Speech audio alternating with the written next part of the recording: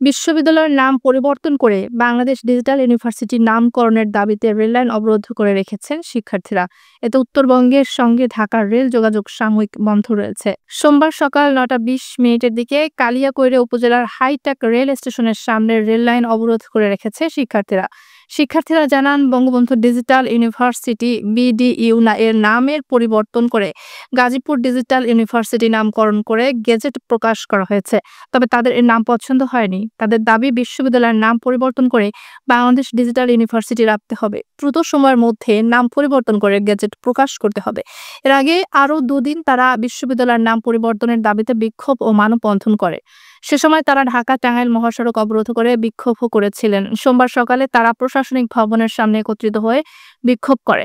পরে তারা পাশেই হাইটেক রেল স্টেশনের সামনে অবস্থান নিয়ে রেল লাইন অবরোধ করে রেখেছেন। জয়দেবপুর রেলওয়ে জংশনের স্টেশন মাস্টার আবুল খায়ের চৌধুরী বলে, শিক্ষার্থীরা তাদের দাবি নিয়ে রেল লাইন অবরোধ করেছে। তারা সিরাজগঞ্জ এক্সপ্রেস ট্রেন কিছু সময় আটকে রেখেছিল, পরে ছেড়ে দিয়েছে। তবে সাময়িক সময়ের জন্য ওই রুটে ট্রেন চলাচল বন্ধ রয়েছে।